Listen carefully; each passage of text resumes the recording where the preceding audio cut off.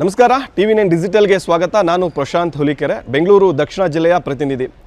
ರೇಷ್ಮೆ ನಗರಿ ರಾಮನಗರ ಇಡೀ ರಾಜ್ಯ ಹಾಗೂ ರಾಷ್ಟ್ರದಲ್ಲೇ ತನ್ನದೇ ಆದಂಥ ಛಾಪನ್ನು ಮೂಡಿಸಿರುವಂಥ ವಿಧಾನಸಭಾ ಕ್ಷೇತ್ರ. ಈ ಒಂದು ವಿಧಾನಸಭಾ ಕ್ಷೇತ್ರದಿಂದ ಪ್ರತಿನಿಧಿಸುತ್ತಿದ್ದಂಥ HD ಕುಮಾರಸ್ವಾಮಿ ಅವರು CM ಗಾದಿಗೂ ಕೂಡ ಏರಿರುವಂಥ ಕ್ಷೇತ್ರ. ಕೆಲ ವರ್ಷಗಳ ಕೆಳಗೆ ಸಾಕಷ್ಟು JDS ಪ್ರಾಬಲ್ಯವನ್ನು ಹೊಂದಿದ್ದಂಥ ಕ್ಷೇತ್ರ. ಆದರೆ ಇದೀಗ ಕಾಂಗ್ರೆಸ್ ಪ್ರಾಬಲ್ಯ ಈ ಒಂದು ಕ್ಷೇತ್ರದಲ್ಲಿ ಇರುವಂಥದ್ದು. ಈ ನಿಟ್ಟಿನಲ್ಲಿ ಮತ್ತೆ ತನ್ನ ತೆಕ್ಕೆಗೆ ತೆಗೆದುಕೊಳ್ಳೋದಕ್ಕೆ ದಳಪತಿಗಳು ಕೂಡ ಈಗಾಗಲೇ ಸಾಕಷ್ಟು ಮಾಸ್ಟರ್ ಪ್ಲಾನನ್ನು ಕೂಡ ಮಾಡ್ತಾ ಇದ್ದಾರೆ.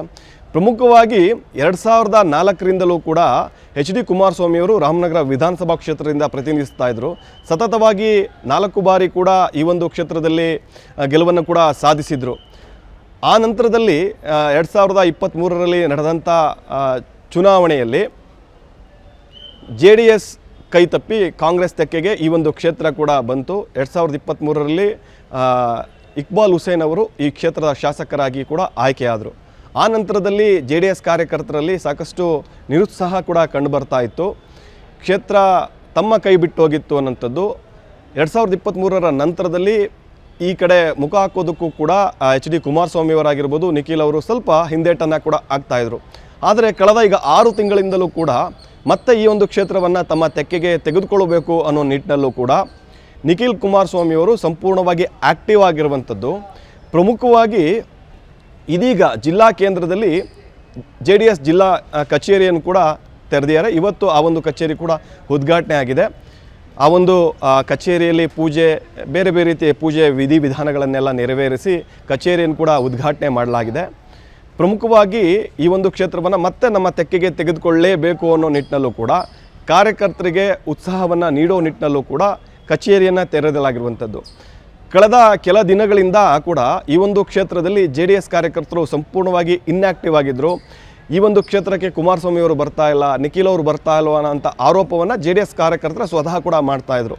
ಇವೆಲ್ಲವನ್ನು ಸರಿದೂಗಿಸೋ ನಿಟ್ಟಿನಲ್ಲಿ ನಿಖಿಲ್ ಅವರು ಕ್ಷೇತ್ರವನ್ನು ಮತ್ತೆ ತೆಕ್ಕೆಗೆ ತೆಗೆದುಕೊಳ್ಬೇಕು ಅನ್ನೋ ನಿಟ್ಟಿನಲ್ಲೂ ಕೂಡ ಆ್ಯಕ್ಟಿವ್ ಆಗಿ ಕಳೆದ 6 ತಿಂಗಳಿಂದಲೂ ಕೂಡ ಸಾಕಷ್ಟು ಸಂಚಾರ ಮಾಡ್ತಾ ಇದ್ದಾರೆ. ಯಾವುದೇ ರೀತಿಯ ಸಾವು ನೋವುಗಳಾಗಲಿ, ಕೆಲವೊಂದಿಷ್ಟು ಶುಭ ಸಮಾರಂಭಗಳಾಗಿರ್ಬೋದು, ಎಲ್ಲ ಕಡೆಗಳು ಕೂಡ ನಿಖಿಲ್ ಕುಮಾರಸ್ವಾಮಿಯವರು ಕ್ಷೇತ್ರಕ್ಕೆ ಬಂದು ಭೇಟಿಯನ್ನು ಮಾಡಿ ಕಾರ್ಯಕರ್ತರಿಗೆ ನಾನು ನಿಮ್ಮ ಜೊತೆಯಲ್ಲಿ ಇದ್ದೀನಿ ಅನ್ನುವಂಥದ್ದು ಕೂಡ ತಿಳಿಸೋದಕ್ಕೂ ಕೂಡ ಮುಂದಾಗ್ತಾ ಇದ್ದಾರೆ.